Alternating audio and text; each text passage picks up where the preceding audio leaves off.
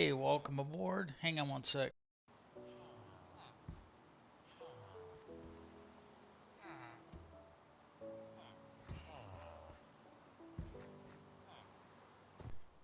Okay, mic's back on.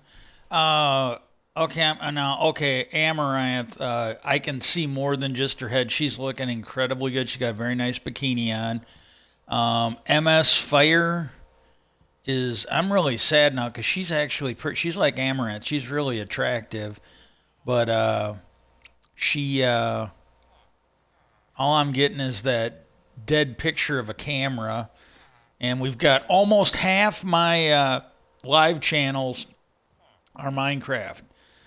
They're both Hermitcraft. Pearlescent Moon is still on. Oh my god.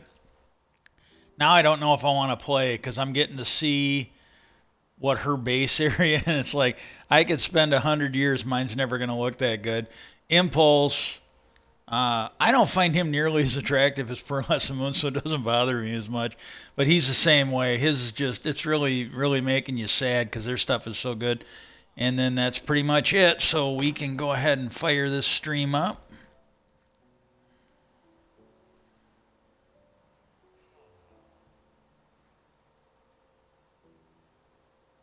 Okay. Now, now I was hanging out here in the rural gold farm.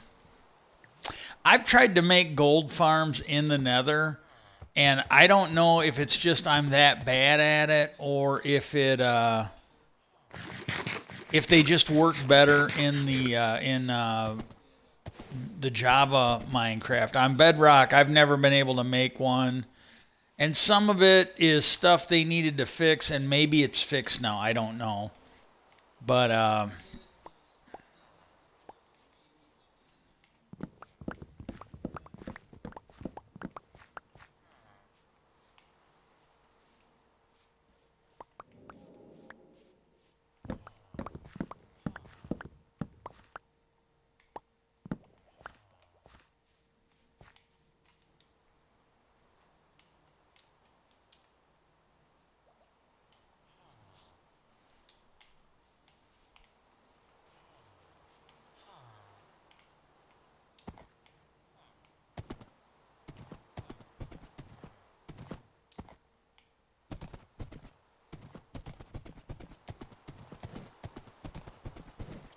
but I was hanging out down there while I was eating, I think. And so I got to keep an eye out because as soon as nighttime approaches, the I'll have at least a couple sky rats descending to take a poop on my head, and okay, we will go bravely to the next bed. Because that happened one other day. Because right now it's still in hard mode, and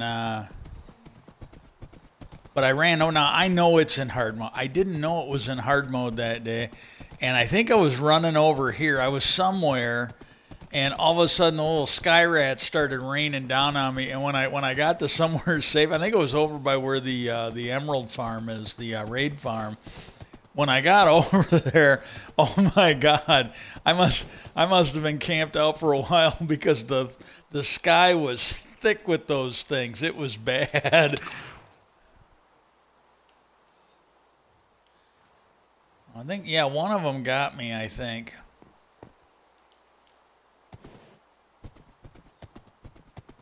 Yeah, because I didn't sleep. He got me.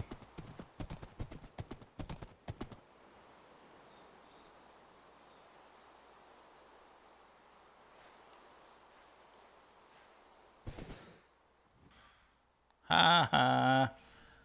Ha ha ha ha ha.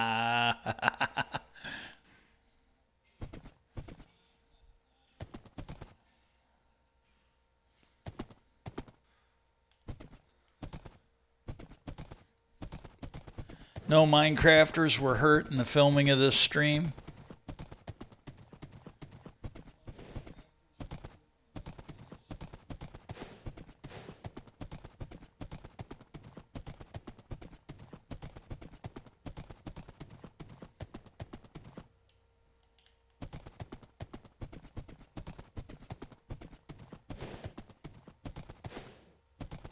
Okay, now it may not work. May not work at all. But what I'm going to do is I am going to start building, because I got thinking about it, because I came over here and I really want to get like I got an iron. I think I made that emerald farm before I had an iron farm. I got an iron farm now. I'm gonna have to cut down some trees. I get that, but I'm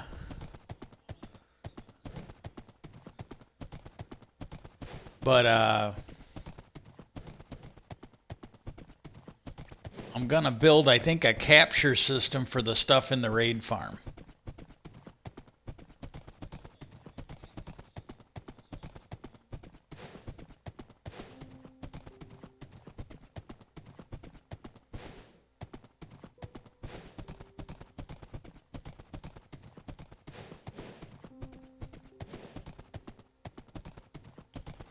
And I did this. Everything up here had lights added because this was not done. And I put these beds here, and I'm not 100% sure, but I don't think you can sleep near these guys. So I'm going to have to move these beds because every time I've come over here, and I usually couldn't see anything, but they basically let me know that there were monsters nearby. So I think it's those undead horses.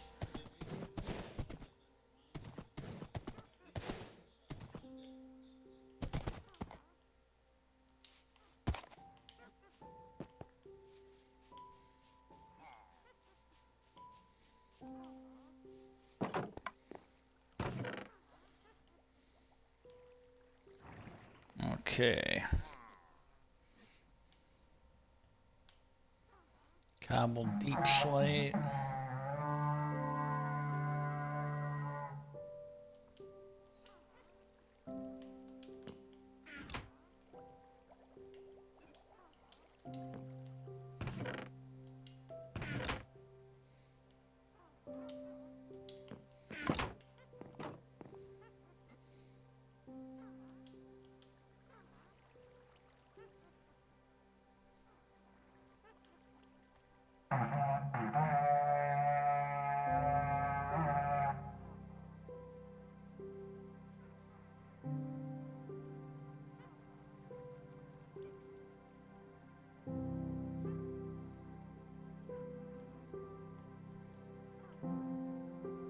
Oh, I know why I can't. Okay.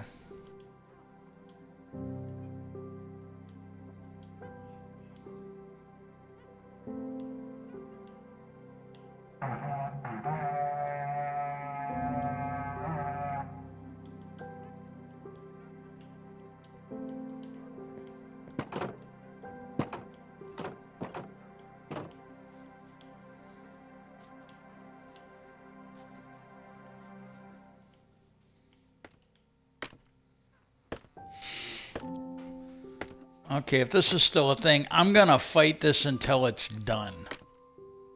I don't know how many. I really don't know how many things it's gonna take.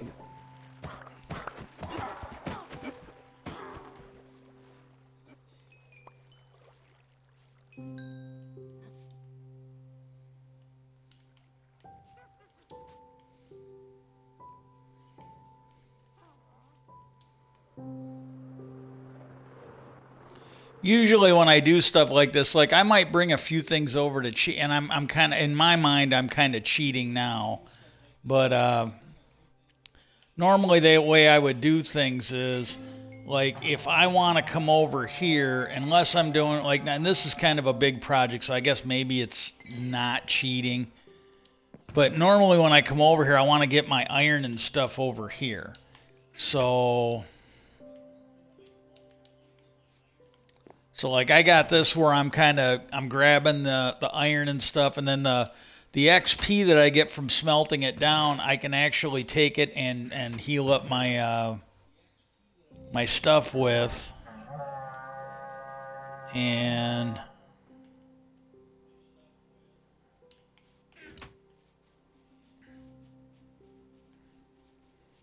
but I brought it ain't gonna be enough, but I brought some iron over with me And well,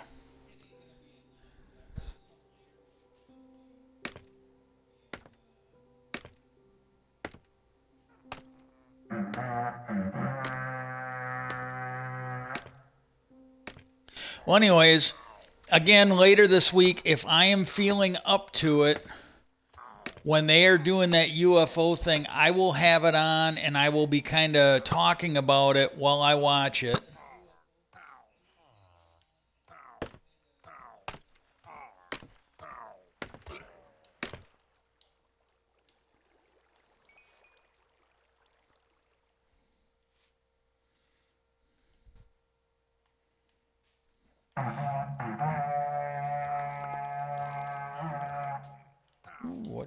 What is this? Oh, we might keep that. I don't get those very often. Usually it's healing or something. The fire resistance is kind of an unusual one.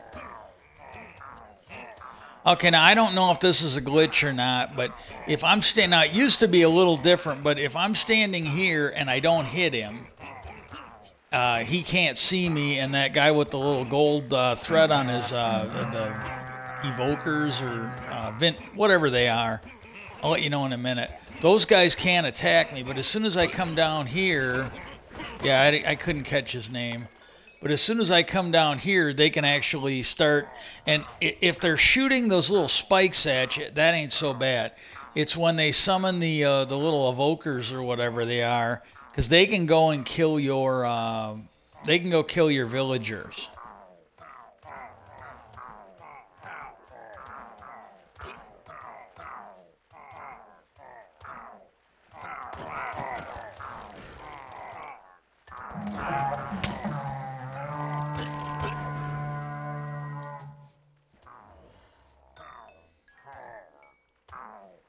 Oh, I thought it was one of those guys. It was the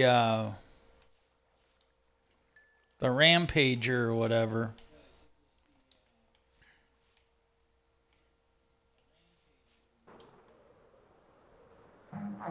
But yeah, I'll be watching that, and I might be able to offer some commentary as long as I don't get a copyright strike. Because I was doing that. God, I think it was Saturday. I was watching something. And as long as that doesn't show up, and I don't think it will, but I don't know. But as long as I'm not getting copyright strikes for having it on in the background, I will absolutely do that on the 26th, whatever day that is. I think it's Wednesday. But I will try to have that going on and tweeting about it.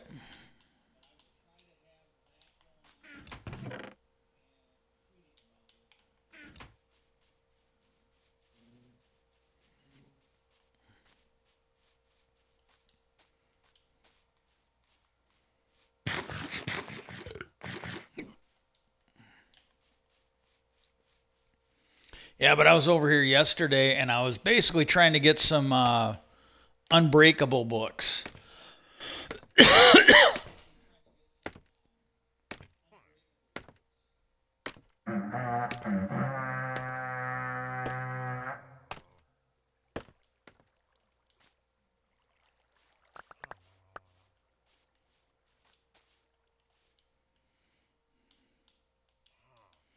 Normally I'd toss these out, but I don't have fuel in the furnace right now.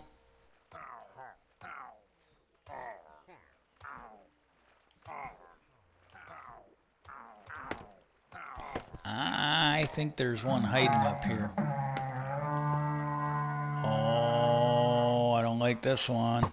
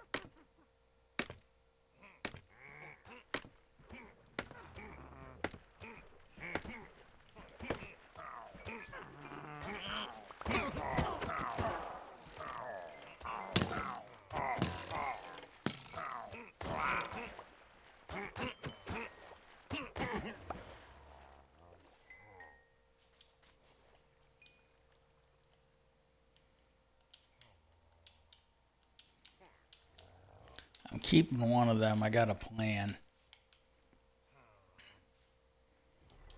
Just call me Stan, the man with the plan. It's probably not a very good plan.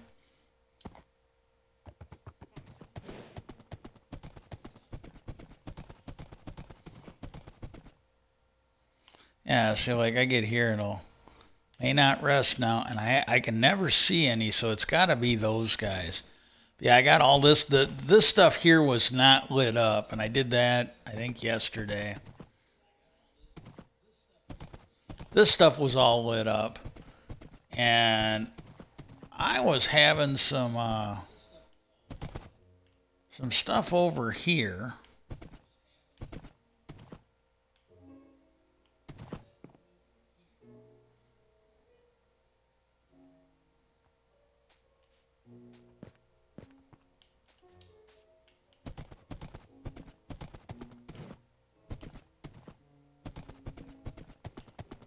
Now that should have pulled it. If there was an evoker flitting around out there, that should have pulled me far enough along where they would despawn, I think. Oh, and we got a victory. Yeah, we got a victory.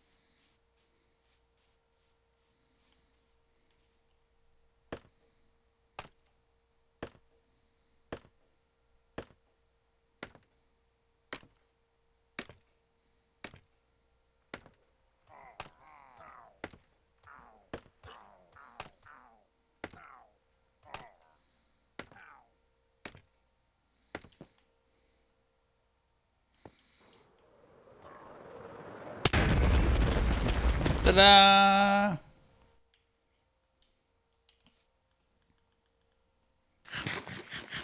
Remember, write your legislatures in D.C. and ask them to legalize assisted suicide.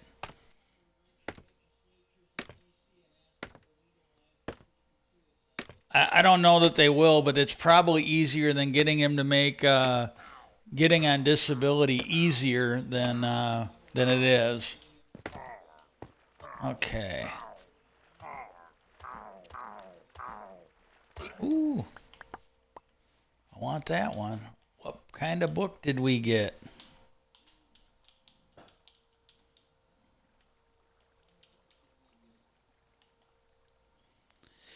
We can cash that one and get the XP off of it. Yeah, it's not really worth anything. Okay, so we want to basically build this underneath this. Yeah.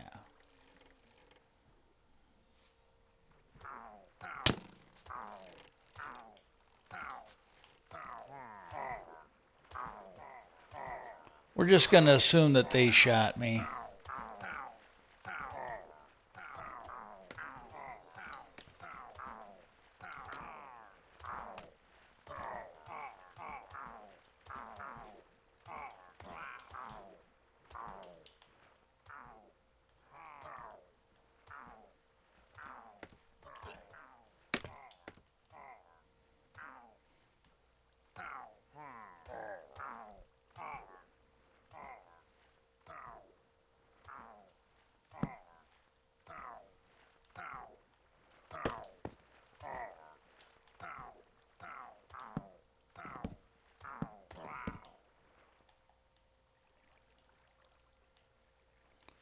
Okay, so what we got to do is right here.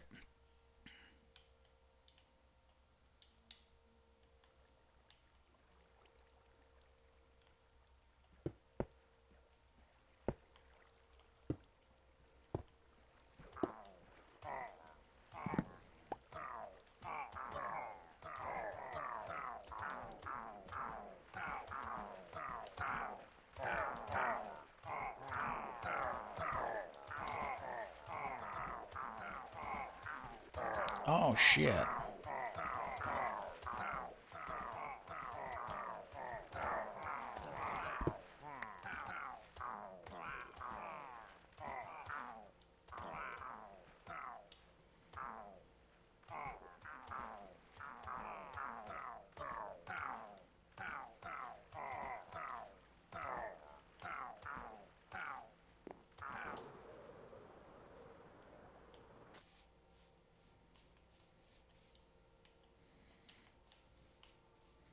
I need some more hoppers. I didn't really put a lot of. Like I said, I had a plan, and my plan was I was going to build a collection system, and that's pretty much the sum total of the plan. Yeah, it's not a. I even said it's maybe not that good of a plan, but it's the plan I got.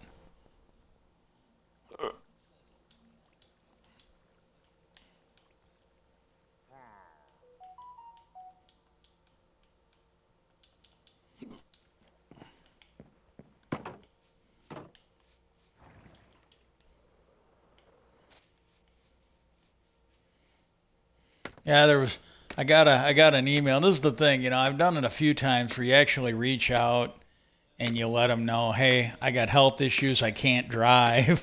So, you know, if I were to work, I'd need enough to basically hire a driver every day. There's going to be days I can't work because I'm just not feeling that good, and then you never hear back from them. You absolutely never hear back from them.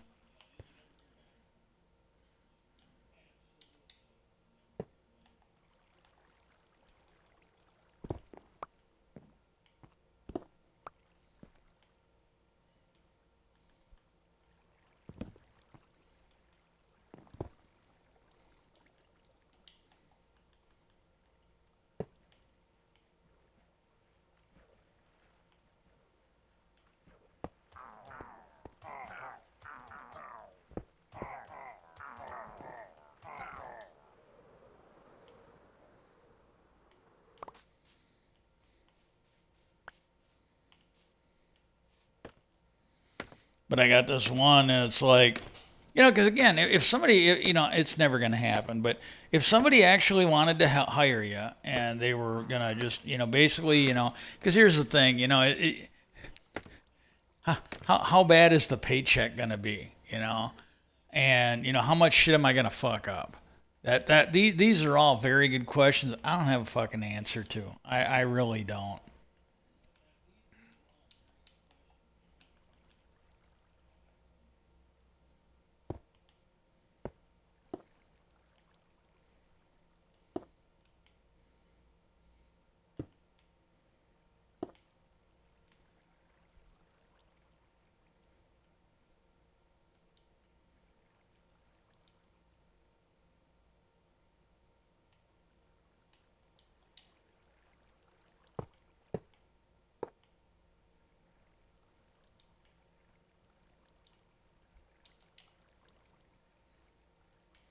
Now this is the part I don't know about.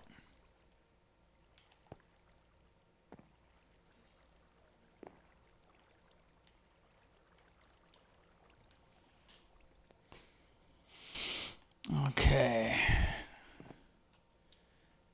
I need the trees anyways. So I got to cut down some trees.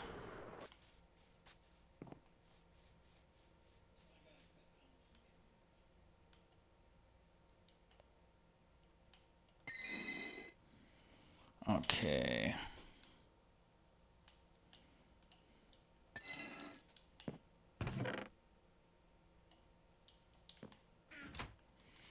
But it's like, oh, it's a little further, and again, I didn't talk to anybody. It's a little further than you want, but the pay's more than worth it. It's like, yeah, even if I had a car that I thought was good enough to drive, I don't. I just don't. Any money I get is likely going to be going for stuff other than a car, at least for the immediate future. I haven't been able to work for years, and But even if somebody, and again, I'm not looking for this, but even if somebody donated me like a brand new fucking sports car or economy car or whatever, there's going to be days I can't drive.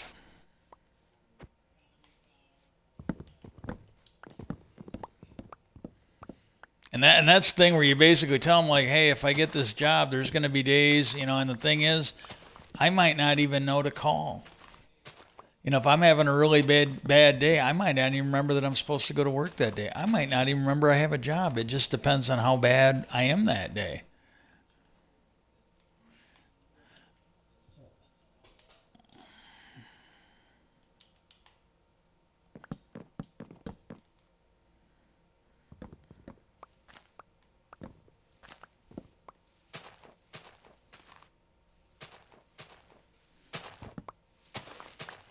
Okay, and then there's this thing on Threads. For the longest time, it was like several days. I only ran into one of them, but it was this girl. She basically, every time she got to where she was trying to follow somebody, a little pop up would come up, something about, hey, we're doing what we can to protect the people in our community. And I think she said she was having problems with Facebook too. And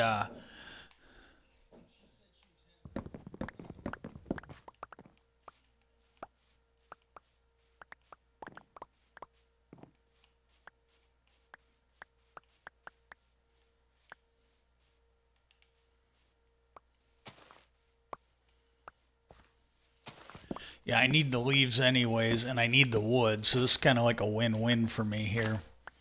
And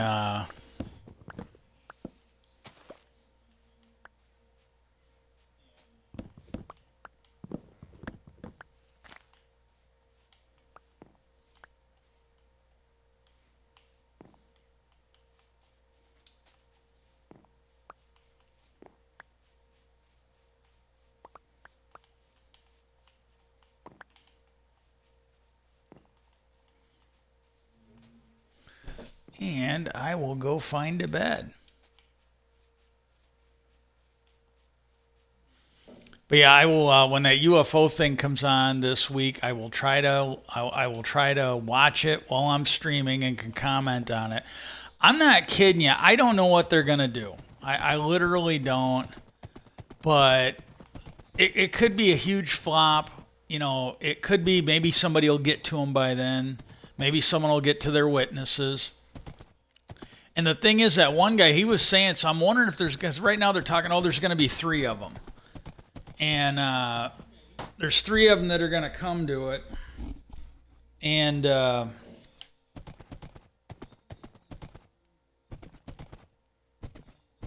shit, I passed the bed.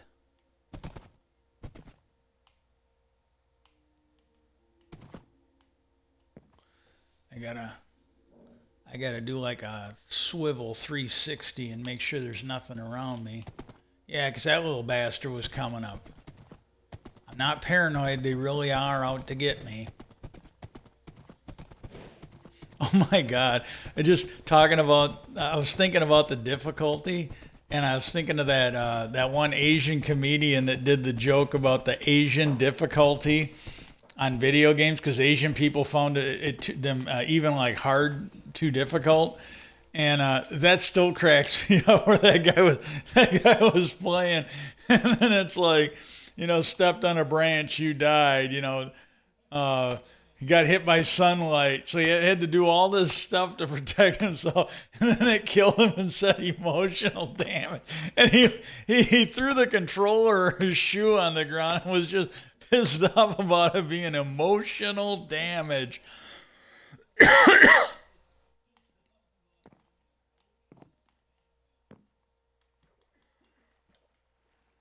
Oh shit.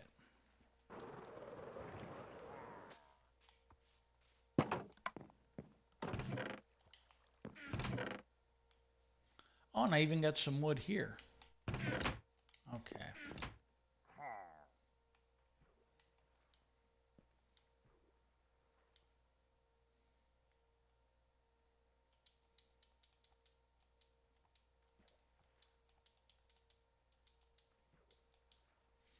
But they originally said they were gonna keep it pretty close to the vest who was coming, and then once they got there, they'd talk about it, and and it just came out that they gave the names of the three people. One of them, I think, is that David Groach, Commander Fravor, and either I am not remembering the other name or it's somebody I didn't recognize.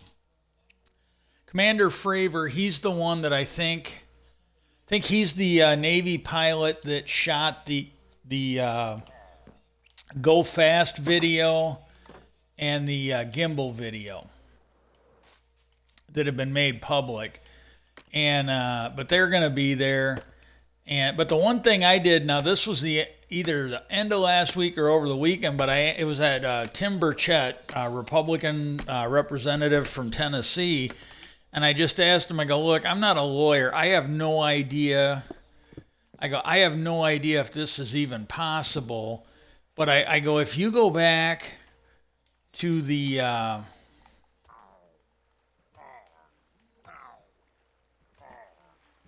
shit.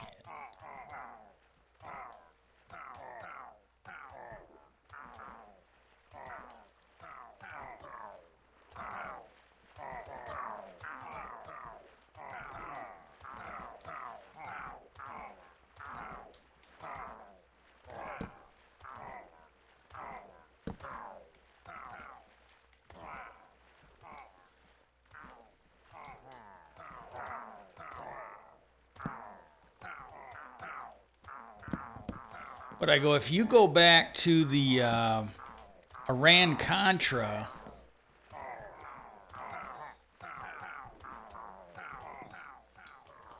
I go, you had people that broke the law.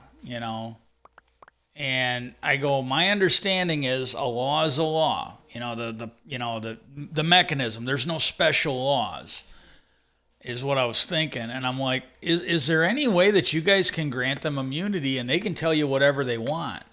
Because I go, you guys are a co-equal branch of government. Can't you just get the whole House to vote and grant everybody involved, the members on the... Because I go, I've been hearing through the grapevine that you guys do not have the security clearance to really do this. Well, can't you just... I go, can't you just grant immunity? Can't you just grant immunity and let them tell you whatever, and then you guys are covered, and the witnesses are covered? Because I go, that was the thing. I go, Congress didn't even do it on purpose, but I go, they convicted some of those people for Iran Contra and put them in jail. They arrested them, put them on trial, found them guilty, put them in jail. And then it kind of came out. It was kind of like Bill Cosby. They came out and they're like, oh, no, no, no, no, no. Even though you didn't specifically give them immunity, they have immunity now. So I go, can't you guys give it to them on purpose? That would be my guess. And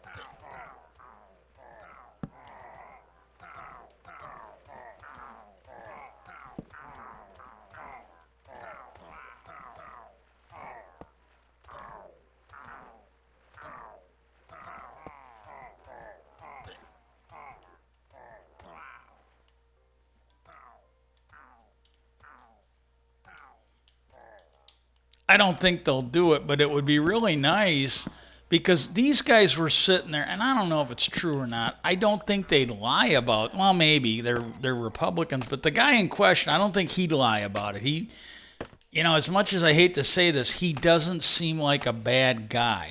Now, and I told him this the first time I tweeted him. I go, hey, look, I'm not a Republican. We're probably not going to agree on much, but I go, you seem to be really standing up for this UFO thing. But I told him, I go, on some level, you, your party, the voters, the donors, and the people in office or working in government, I go, you guys got some issues. And I go, the fact is, until you want to deal with those issues, I go, you guys maybe shouldn't be trusted too much. I mean, you guys got criminals and traitors in your caucus, and you need to do something about it. You absolutely need to do something about it.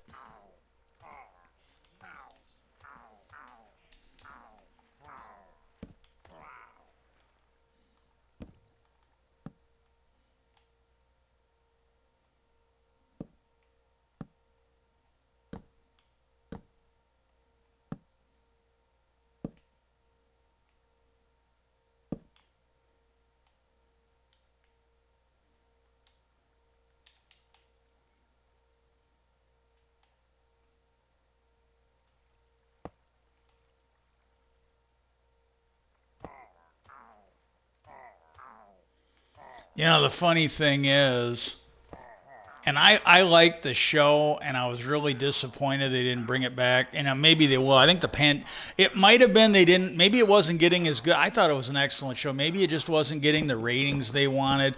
That doesn't mean it wasn't getting good ratings. It just, they've done this before where you get these studios. They're basically expecting perfection, and they're unwilling to settle for good.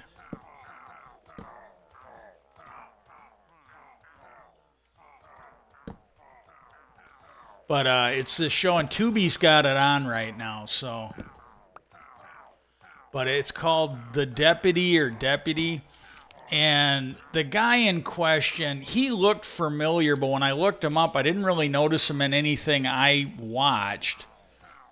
But he basically was a kid actor, and he was on. He was on. What you talking about with Different Strokes or something like that? He had a bit part on there. I don't think he was a regular, but he was on there for an episode or two. And he's not bad. He's really not bad. But it is what it is. And but part of the problem with the show, I mean, for entertainment, for watching it, the show's excellent. I'm watching it right now on Tubi. I've been watching it when I go to bed, but no, I've been watching it. That's been pretty good.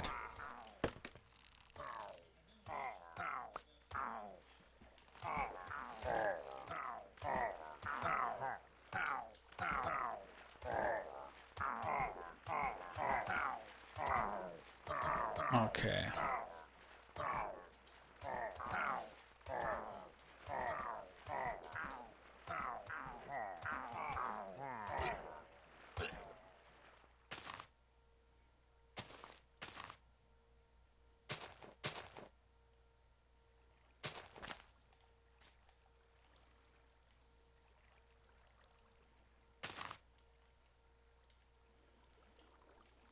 But like one of the things they do, and again, for a show, I'm okay with it.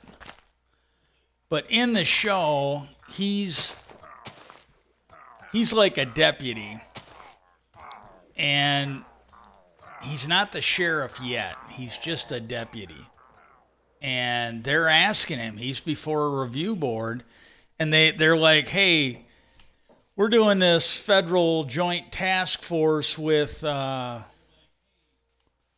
feds. You didn't by any chance leak that was happening?" Because basically it fell flat. When they went there to do it, there was no. They were working with INS, and they were rounding up, just people that weren't breaking the law other than being here. And and probably some Americans. There's an old TV, or there's an old music video. Hey there, sweetie, hang on. But it but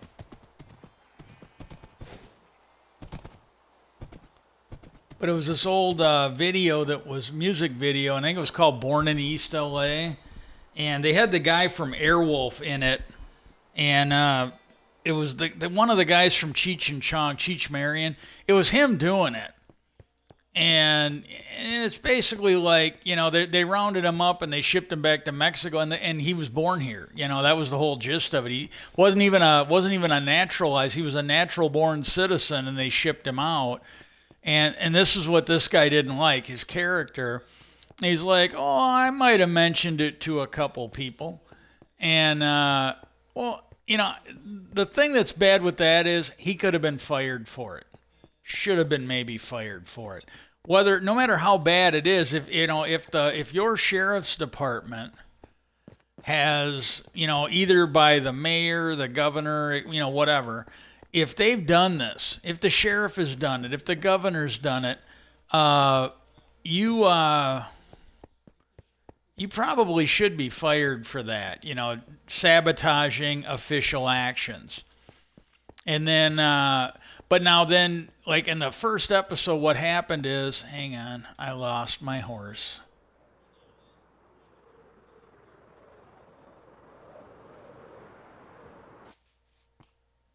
I didn't lose it, I just left him.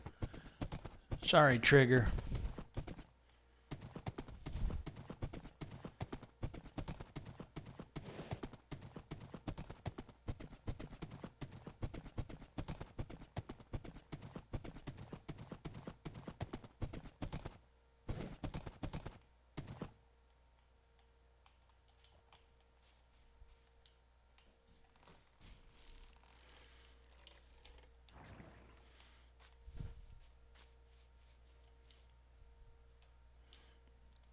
But when he became sheriff, well, then that was one of the first things he did. The next one of those things they had, and basically they were just pulling over everybody.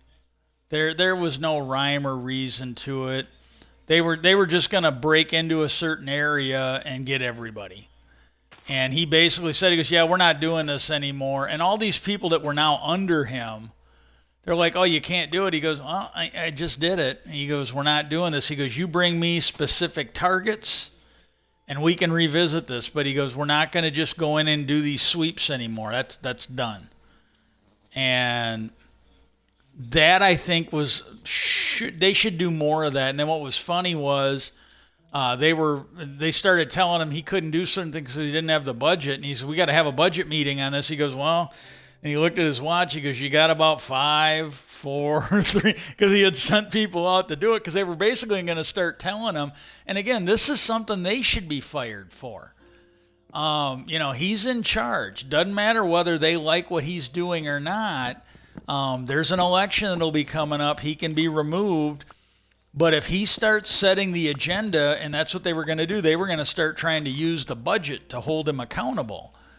And you guys don't have any right to do that. You can either do the job as he lays it out for you, or you can probably be fired for it. And then what he did was and it's all a TV show, but what he did was he started using, it was an old informant that he ran across. Well, he used her to go after some serious drug cartels. And he reached on, she needed to be in witness relocation anyways, because of what was going on. Her brother had gotten killed. Like, her brother was involved with them. He owed them money, so they basically killed him in front of her. And they let her know, well, if you want to live, you've got to pay off his debt, which I think is bullshit. But, that's what they did. And she wanted out. Well, he reached out. He had his undersecretary undersheriff reach out to connections with the federal government and work to get her like immunity if she testified. And she knew plenty. Well, then these guys that were bitching about the budget and all this other stuff, he goes, The DO or the DEA, they're going to more than make up for what INS was paying us to go after drug dealers.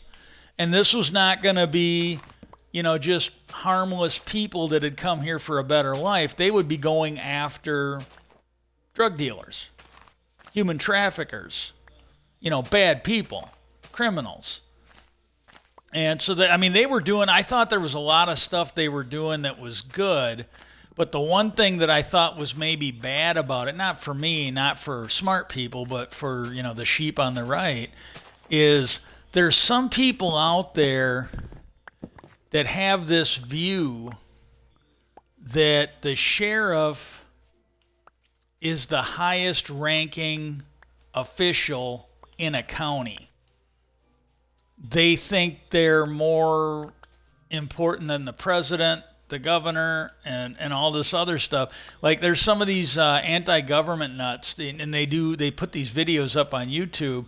And what they'll do is when they get arrested, they're like, well, you need to call the sheriff. And the police department's like, we don't answer to the sheriff's department. We don't have to. Even if the sheriff shows up, they've got no jurisdiction over us. We're our own people. You could maybe call the mayor or the governor, but we don't answer to the sheriff. And this is just an alien concept to these morons.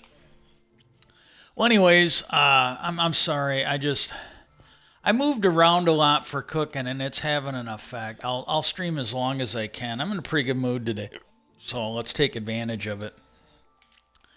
But they were going to hold these names close to the vest. Well, now they're leaking them. Well, I'm wondering if they're going to have more than 3, or if they knew it was going to leak out or whatever. Because it sounds like everybody that's on that committee, because they were going to have NASA come in while NASA pulled the plug. And there were some other people, like they've had witnesses that either refused to come in or, they were going to come in. They agreed to come in, and then they backed out. And they are pretty sure that the Pentagon or somebody is influencing these witnesses. And they're right. If you've got anybody, because, some of this is stuff that President Trump is getting nailed for. And, their whole thing is like, well, this is obstruction of Congress. This is tampering with witnesses. And I sent them, now this would have been last year. I think my mom was still, they had that UFO hearing last year. After it was over, I tweeted out to Mike Gallagher. There were 2 people on that committee, and Gallagher's from my state, but he's a Republican, so I don't think I would ever vote for him. But he really looked good in there. He looked like he was asking some serious questions. And I told him, I go, I am pretty sure they are lying to you. I go back and either look at the tape or look at the transcript. I go, there were a lot of times where you asked them a question like, well, does the government, does the military? And I go, they rephrased the question. I go, they were not answering the question you asked. They were saying, well, in respects to the UAP task force. And I go, I don't know if they could get nailed for lying to Congress or not, but I go, you should have basically held them to it. Like, no, I didn't ask you about the UAP task force, because the one guy that they had there, he was like the intelligence chief for the Pentagon. So he's like the intelligence guy over the whole Pentagon. There's things he should know, and there's things, there's a lot of things he should know. And, they should have held him accountable and said, well, okay, I didn't ask you about the UAP task force. I asked you about the government. And if you don't know, I wonder if you're competent enough to do your job. But you work at the Pentagon. You're the intelligence chief for the whole Pentagon. If you honestly don't know, then I strongly suggest you go back, you inquire, you make some comments, and you inquire some more, and then you get us an answer. That's what they should have told them. And you get us some answers. You report back to us what you find. And that Senator Gillibrand, I think it was her, But there was somebody that he was being nominated for a post, and he was asked about this. There was some military post that I think it was military. I don't think it was State Department. I think it was military. And he was asked some questions by her, and he kind of took them off like a joke. And his vote for his confirmation was coming up, and she told him, she goes, well, because he said, well, I really don't know anything about that. And she goes, well, okay, but she goes, if you want to be considered for this job, she goes, I'm going to ask you to go back and look into this and get me an answer, because she said, if you can't answer this, she was kind of implying that her vote for his confirmation might be riding on it. And I told him, I go, there's some of these people in the intel community, in the military community, and in the private sector. I go, you're probably going to have to put some of them in jail before they start taking your role as Congress and them being honest to you seriously. That would be my guess. Because I go, I am pretty sure they lied to you. Well, they're going to have that, but they've already admitted the 3 guys they're having. I'm hoping they're going to have a couple more, and they're going to surprise everybody. Because he had mentioned that they were going to do that they were going to.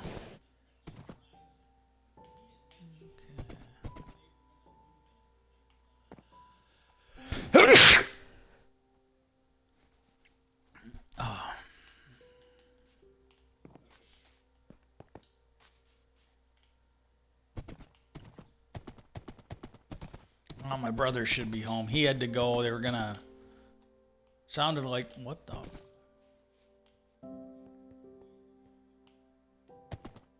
Sounds like they were going to take the dialysis stuff out of his chest so he can, once that heals up, he'll be able to take a shower and stuff normally.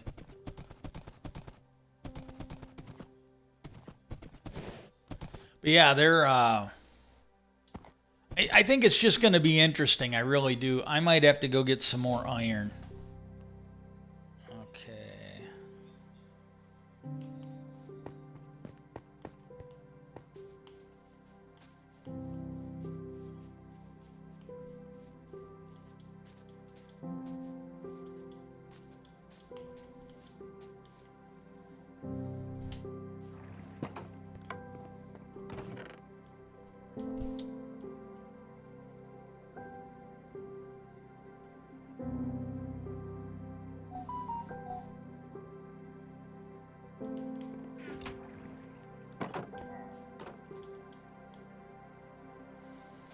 But I am really looking. I'm interested. I don't know if I'm looking forward to it, but I'm interested in it. But yeah, that was the thing, and like I have no idea, but their oversight. Um, I think you could make a case that they have legitimate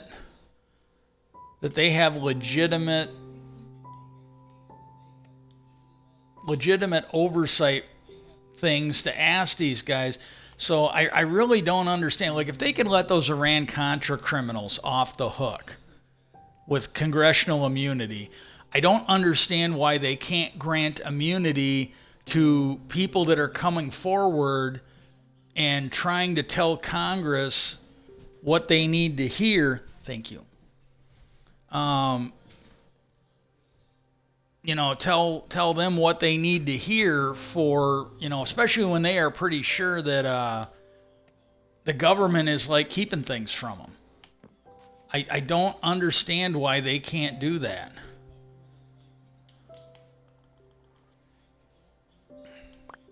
But I'm also not a lawyer. I don't work in law. There might be reasons why they can't, but because this was the other thing. Now, this was in an episode of West Wing. There were these women that worked for the White House, and they were trying to get because they did a lot of typing and stuff, and so they were actually worried about repetitive strain injuries, and they were talking about this law, and they were basically telling the deputy chief of staff, well, hey, you guys passed this new law. or if you pass this new law, it'll save a lot of injuries. And the guy looks at his assistant and he goes, not here, it won't.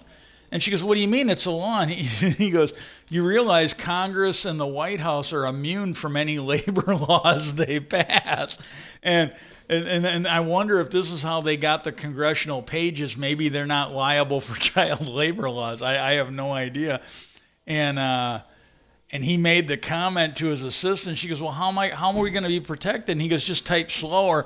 And so all the like assistants and secretaries started typing with like two fingers and taking their time.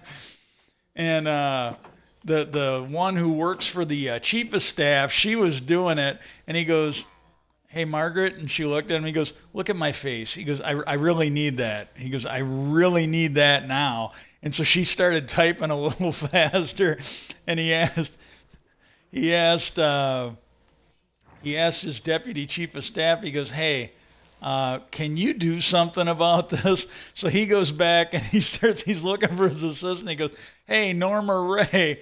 And she goes, what?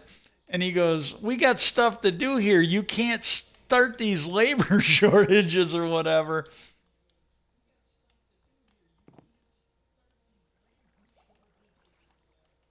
That was a good episode.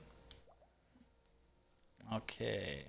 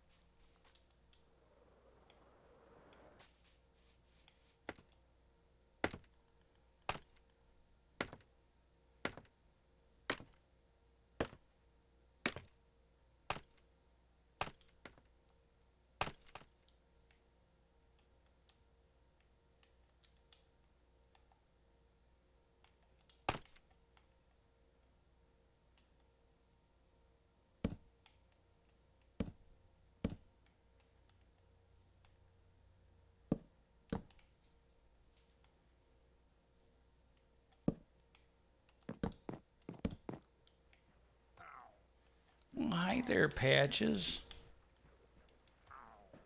Would you like to come up? Yeah, would you like to come up? You good girl.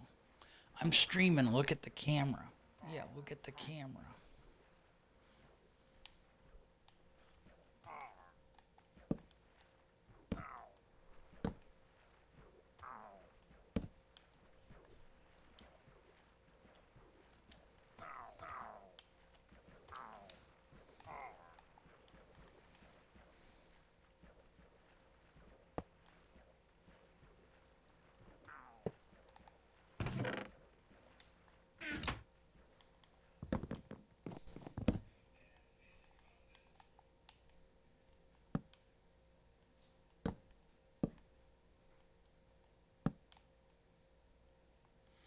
Yeah, I'll come back with some hoppers later.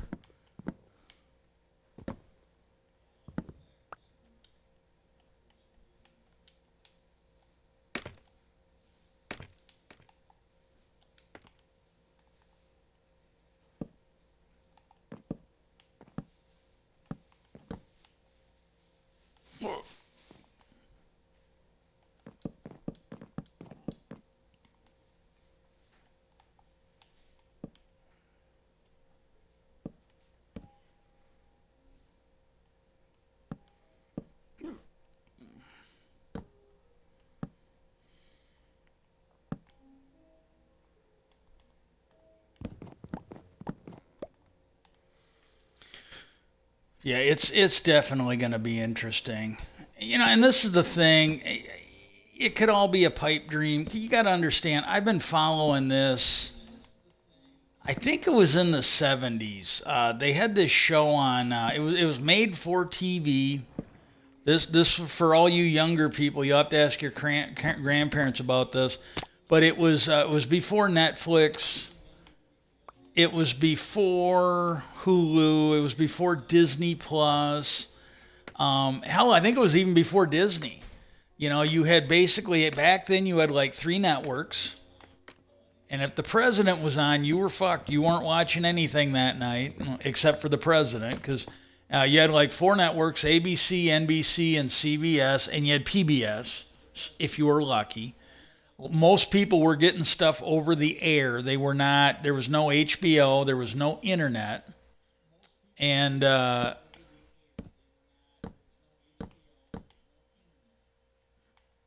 that's just the way it was. And I think it was called Hangar 18. That was my first exposure to this.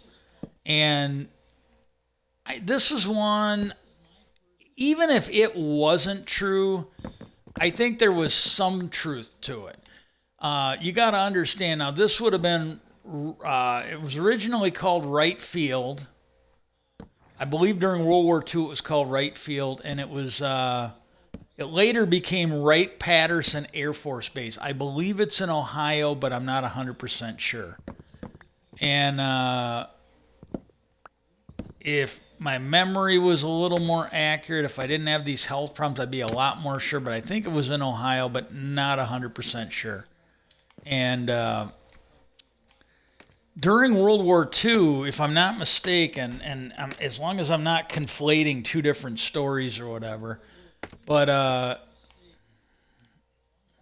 we'll do.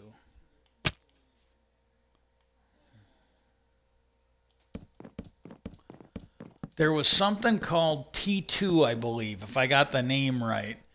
And what it was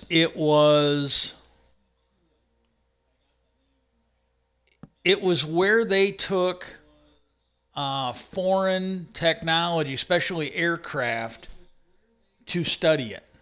Like if they captured a German or a Japanese plane or vehicle, it usually went to T2, and they had experts there at reverse engineering it, looking to see what made it tick. And that's the way it went.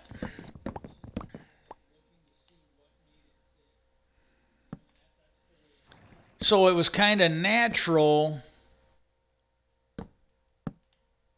that, maybe when they started finding things that they didn't think were made by humans, they've got the expertise. Maybe they weren't really the best ones for it, but there wasn't anybody better. They were the best. They were the best worst option that they had for doing this, and they'd learn as they went.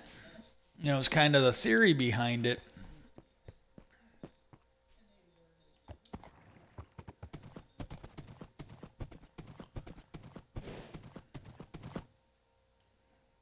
Yeah, I'll go back and get some more iron. And it was a whole movie about that. Like Hangar 18 was supposedly where they took the alien craft. Like there's rumors that some of the stuff from Roswell, New Mexico, were actually taken there. And I think I've watched some things where they've got some evidence that maybe some of the stuff was taken there.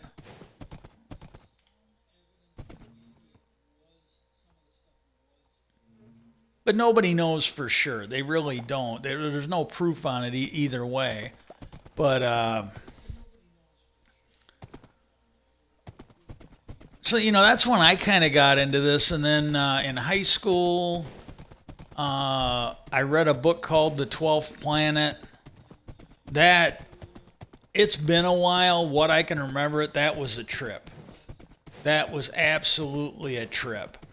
And And the thing that gets me is, and this is the thing, I can't find it like on demand with the satellite.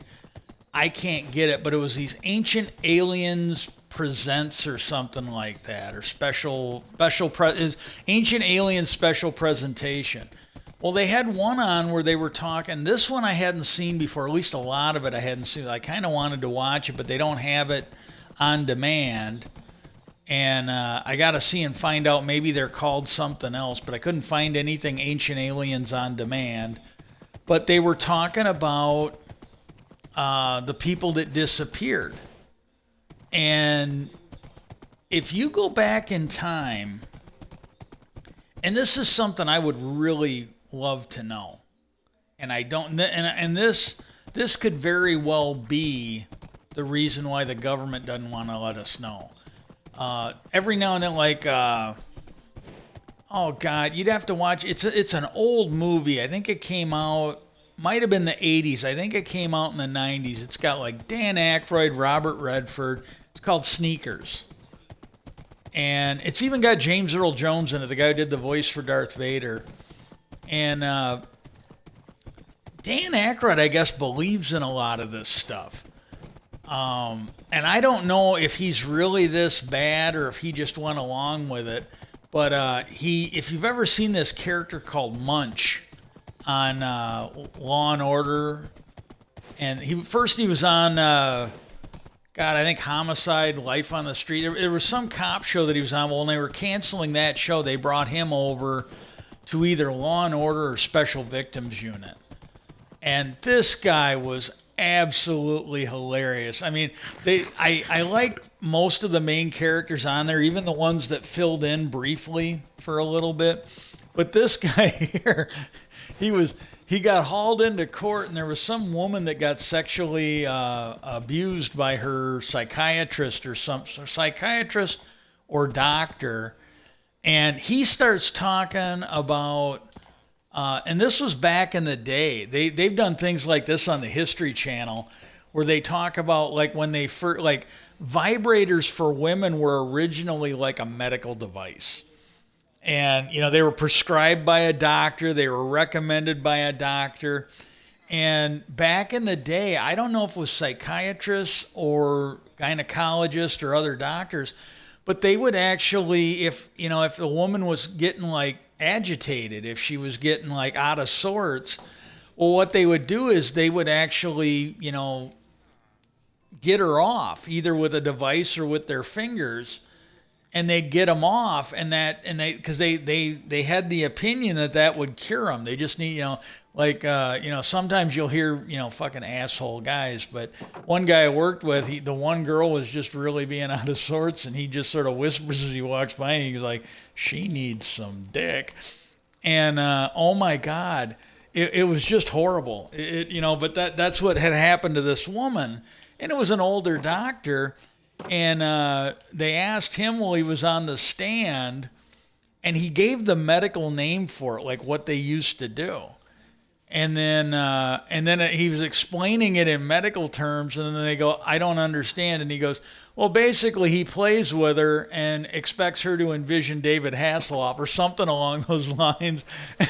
And the defense lawyer was objecting, and he goes, hey, you can object all you want, but he goes, this was a medical practice back when he would have first been getting into this, or shortly before he started getting into this. And this guy was fucking diddling his patient. I think he gassed her. I think he gave her something to kind of put her a little out of it, and just didn't have the dosage right. But it was some weird shit. It was really some weird shit. And but when you got into this, Dan Aykroyd was sounding like Munch, and he's just like, oh yeah, Eisenhower told the aliens, absolutely, you give us the technology and you can have all the cow lips you want and all this other stuff.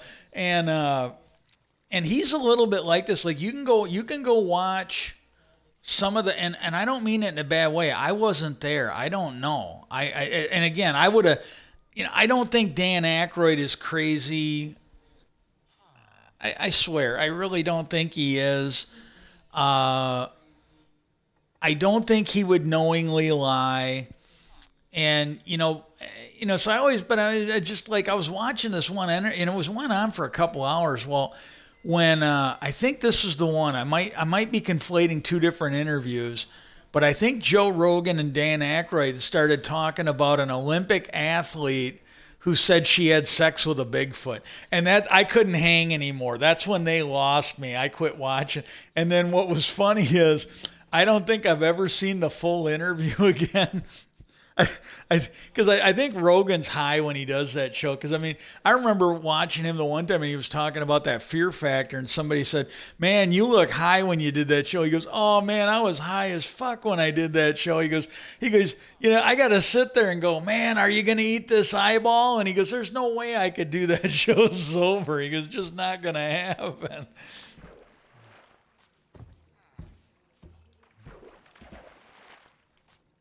But I think he's high when he does that. And I'm going to be honest with you. When you get into these old cultures that did these, they did these psychedelic drugs. When they did that shit, they always had these rules to it. And I mentioned this, I think, on podcast earlier, but there's a series of books I read. I'm not going to get into how I got into it, but there was one book I was recommended to read. It was called Journey to Ishlan by Carlos Castaneda. And I really liked it. I back then, before I lost my health, I read a bit. You know, I liked reading. And well, what happened was uh, I read some of the other books, but Journey to Ishlan, like he wrote these books. It's like, oh, here's book one, here's book two, here's book, and Journey to Ishlan was either book three or book four. And what he did was he had a revelation. He had a revelation, and so what he did is he went, and a lot of it was stuff that he had covered in some of the earlier books, but he wrote it with his new perspective. And I was reading it, and one of the guys I worked with, this was a few years before GM, but one of the guys that I was working with, he goes, "Hey," he goes, "I kind of read the back of the book." He goes, "What's that about?" And I go, "Well," I go, "what it's about is," I go, "you've got this guy, he's an author," and I go, "he wanted to write a book on the medicinal purposes, like the uses that Native Americans had for herbs." And he looked at me and I go, so I go, he hunted down a guy that he believed was a Yaqui Indian. And I go, I'm probably pronouncing it wrong, but I go, that's the tribe that, you know, and I think it was down in Mexico. And I go, when he approached that guy, he told him, he goes, "Yeah, I want to learn about your native medicine." He goes, "I like to write about it."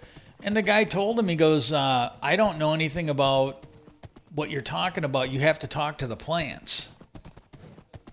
And that literally was like, so he basically went and rewrote everything, because what had happened was his teacher, and I think it was Don Juan Genero or something like that, he tried teaching him. Well, then what he did is he started lacing him with drugs, with these hallucinogenics. And when it was all done, you know, when I got done, because it was something, it was one of those books where I read it. Hitchhiker's Guide to Galaxy was the same way. Back in high school, Lord of the Rings, like the Lord of the Rings and the Hobbit, I usually read them every year from like junior high on. Every year I'd read them, because it didn't take me that long to get through them and that. And after he read it, you know, I just kind of, because that's basically what, you know, like the Journey to Ishlan, they went over it a lot, where he basically would, you know, tell me he had to chew this beef jerky or this other stuff, and he'd laced it with some kind of a hallucinogen. And when he figured it out, he said something to him, and he said, "Well," he goes, "I tried teaching you without it, and you're not learning." And like one of the things was he got him high as shit, and while the guy was driving, he started seeing something in the rear view mirror. And Don Juan is like, "Yeah, that's death. Death is always hunting you," you know. And it was like, it was a lesson for him, you know. And there's this guy, Graham Hancock. He's done hallucinogens, and there was one of them he was doing. And he goes, "I firmly believe that I felt the embrace of some spirit woman or something." He was absolutely convinced of it. And I don't know. I literally don't know. But again, with some of the stuff that's coming out, there are things that I used to think were absolutely fucking nuts. I really did. That when you've got highly respected, And like the one thing is that one guy, he made a comment. He goes, when Lou Elizondo came forward, they almost immediately went after him. Almost immediately they went after him. And he goes, it's been a couple weeks. Like they came out and they said, oh, well, he wasn't working with this. Well, then they had proof that, yes, and there were other people in the government. They go, yeah, Lou was part of ATIP. He was connected to it. And then they said, oh, well, he was connected to it, but he didn't have anything to do with UFOs or whatever.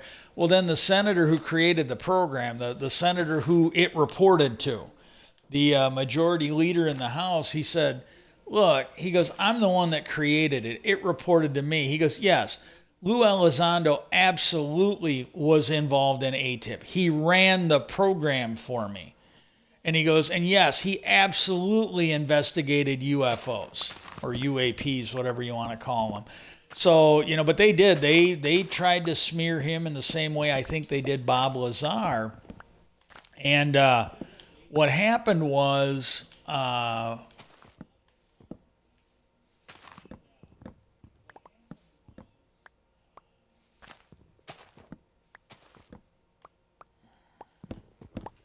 But this Grouch, and he said things like, there's things he said. There is things that he absolutely said that has gone farther than Lou Elizondo. Because he came out and basically said, like they asked him, they go, well, there's people out there who said that people have died to keep this covered up. And he goes, I think you should absolutely seriously consider what those people have said. And Lou would basically he would go into a hypothetical. Like when he was asked stuff like that, he'd be like, well, hypothetically, I think you might be able to say this. And then he was after, this guy said, yes, we've actually recovered craft. And then they go, well, did you recover bodies? He goes, well, and again, now this would veer into but Lou Elizondo, when he was asked if they recovered craft, he's like, I can't really speak of that, but he goes, I will say that I am positive that they have metamaterials. And the metamaterials are things that can't possibly, at least to our understanding of how things work, could not have been made here. Could not have come from this planet. Now, whether they come from another dimension, another planet, through time, another dimension, that's one thing he said. He's basically said, he goes, I think it's wrong to assume that these things are alien. He goes, and this is the thing, him and others have he's like, look, we really don't know. He goes, if I were to tell you that these things were absolutely from aliens, from another planet, Zetekia, or Red Eye, or Zeta Reticuli, or whatever, he goes, I'd be lying to you. He goes, we don't know where they came from. He goes, anybody that would absolutely tell you where they've come from, we don't know. And he goes, could they come from, he goes, if somebody were to ask a question, could they have come from another planet? Maybe. He goes, if they ask us, did they come from the future or the past? Our answers would be, maybe. We don't know. Could they have come from another dimension? Maybe. Could they have come from undersea? Are there other aliens that have been living here alongside us? And there was, this was on the History Channel's, or not Ancient Aliens, but this was on that Secret of Skinwalker Ranch. They brought in this Jewish, I think he's a rabbi and a historian, and they brought him on. I got to wait for these things to clear. And, but they asked him, and he goes, if you read the Bible, he goes, and he's talking about, I think he's talking more about the Jewish Bible, like the Torah or the Old Testament for my fellow Christians out there. He goes, they talk about non-human intelligences. I don't remember this stuff, but again, I'm not an expert on the Bible. I have read it. I went to Sunday school, but I don't think I've read the whole thing cover to cover. but I have read it, and I don't know. I literally do not know.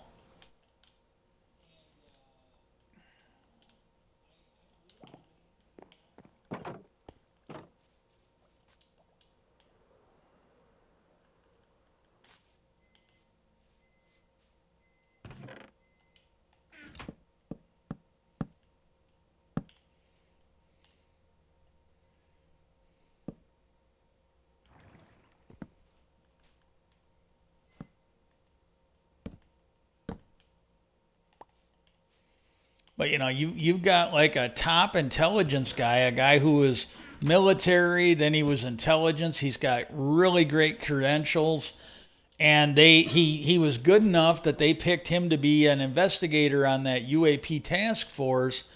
And oh my God, man, he's the one that's come forward. And they're like, yeah, they go, if this guy wasn't rock solid, this was an Australian journalist from the Need to Know podcast.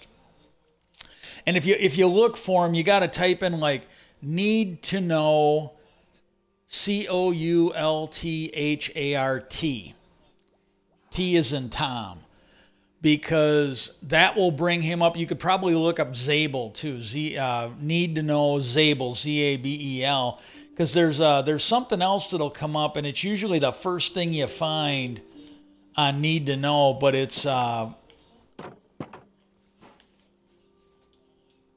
that'll bring up them on YouTube and probably on Google that way, and hang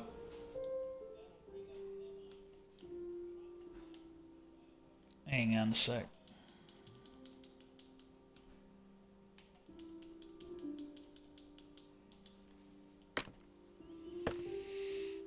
But I do think it's going to be interesting. I really do.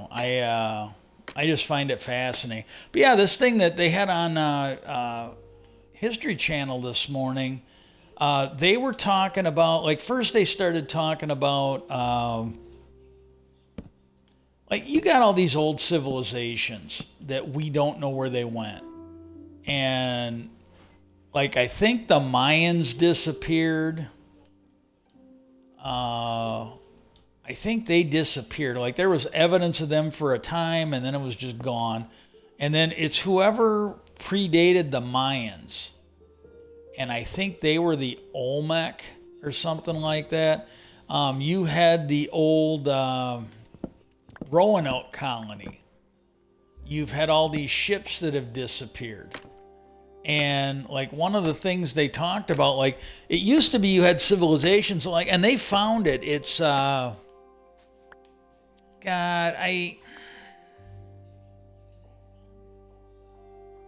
something Tepe, I think was the name of it. And I think what it is, I think there's more than one, and every one of them has the last name Tepe, and then the first part of it, it's either two words or it's one word, but either the first word or the first half of the word determines what city it is. And the only thing I can think of is if you're like a Stargate fan, like where they had Proclarush Teonas or whatever, and it was the name of the city and also basically told you how to find it. But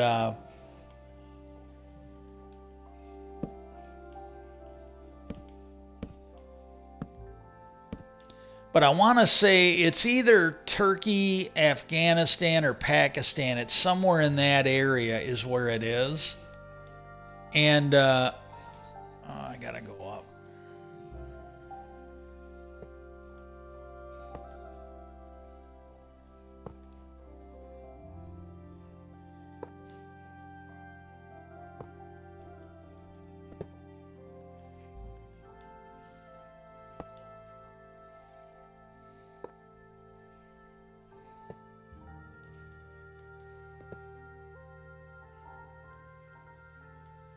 I might be able to get that one.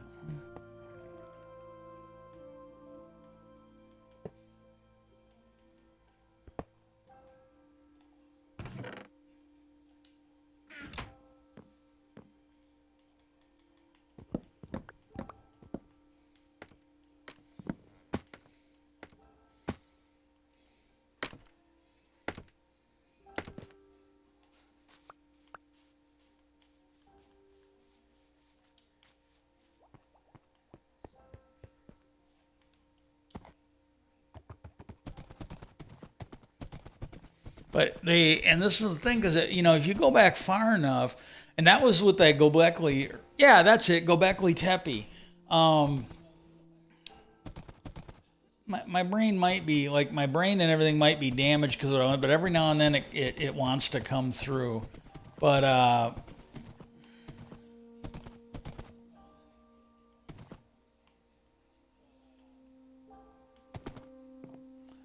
like that one there, the way I heard it the one time. Now these are people that are far more learned than me. I wouldn't know, but the way they were talking, some of those cities that are around Quebec, so it'd be the whole chain of them.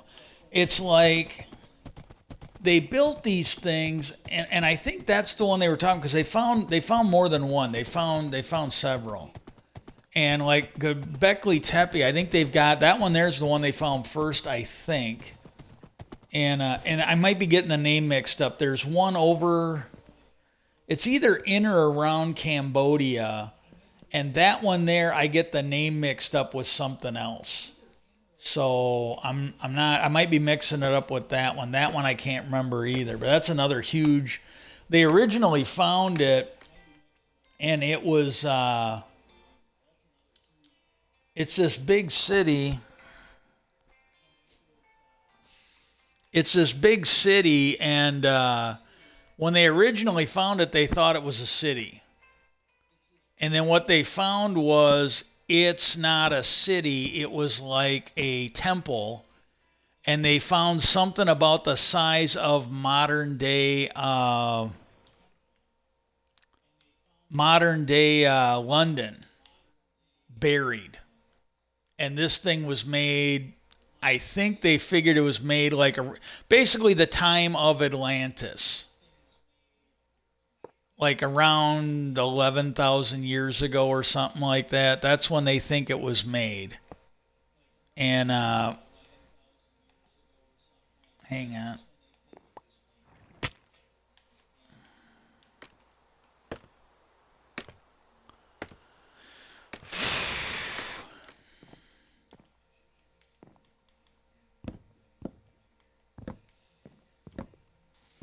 But one of the videos, and again, I don't know if they're right or not. I don't. All I know is I don't know.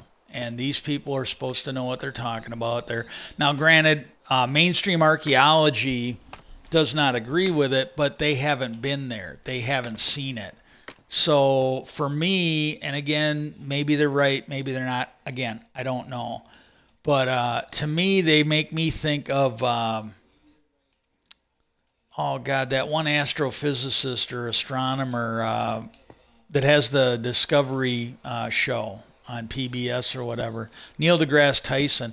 They remind me of him because they're people who have not gone and done the work. They just want to sit there and be armchair quarterbacks and run it down, and they really don't know.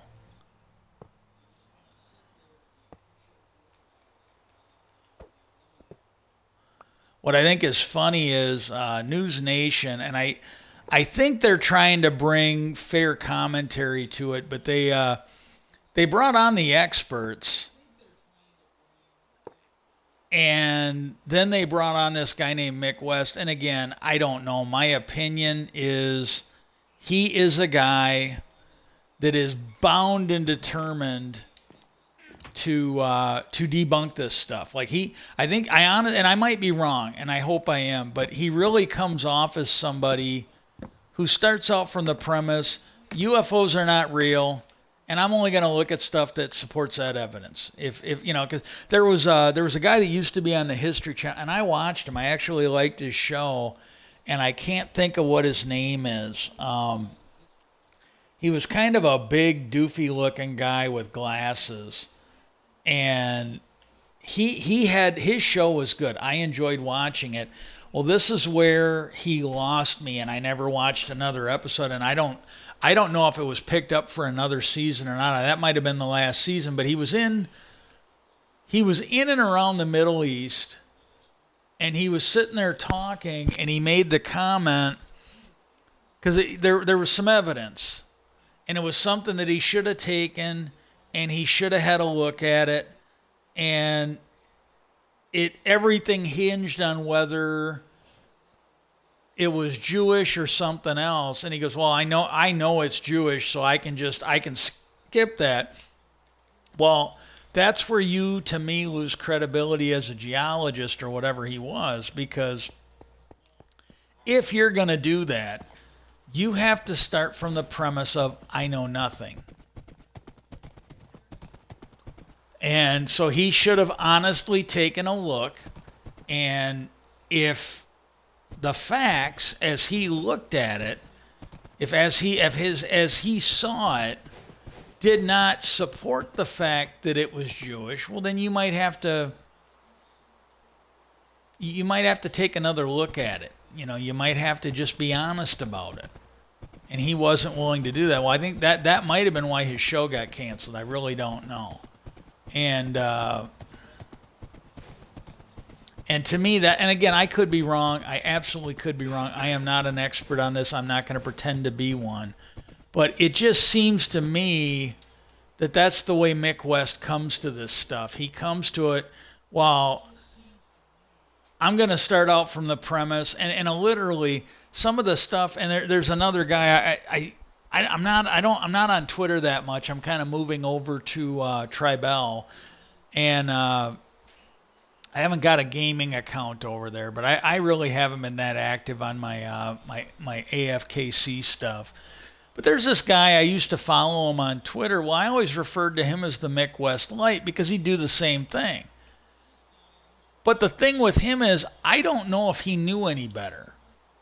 I honestly think he thought he was being honest and objective. He absolutely wasn't. But I think he thought he was. And I'm going to throw this out.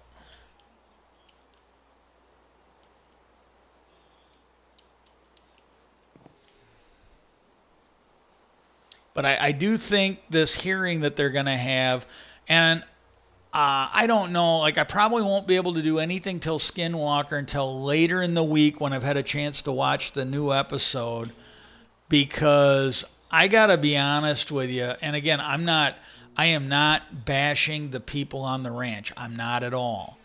But I honestly think that with all the stuff that's going on with the ranch, there is at least a possibility, because like they had that guy on, and it took me a couple weeks to register this, but they had that guy on. Let me go make sure I got all the trees planted. And he literally told them a story that when he was there for Bigelow, that, all four of them saw something at the same point. And don't quote me on this. I might be remembering it. I'm a little foggy on it. But it was something along the... And if this isn't right, and I think there's a chance it is, it's at least going to give you an idea of what was going on. But like, they all saw like a glowing sign in the air. And for one of them, it was a square. One of them, it was a circle. The other one was a triangle. And there might have been four people. And if the fourth one saw a different shape. And they all saw something. They all saw it there. And it was all different. And I kind of mentioned it. And again, I don't think the people on that ranch are dishonest to the slightest. I think Travis is honest. I think Eric is honest. Dragon is honest. Tom seems like a straightforward guy. Brandon Fugel seems like a straightforward guy. But after he told that story, and I kind of mentioned to him, I think you guys have to seriously consider that the stuff you are seeing, even the sensor readings, might not be accurate. Like, it could be that you're seeing stuff, but I go, if something there, whatever it may be, who and whatever it may be, if it can trick the eyeball, if it can trick the sensors in the brain that read the eyeball, and it's one or the other, and do what he said they did to him and his friends, his coworkers, then I go, they could very easily be doing that to your guys' eyes. They could be doing it to the sensors. And after I told him that, it was a day or two later, and I think I mentioned it in a podcast when I was doing on here, that already happened once.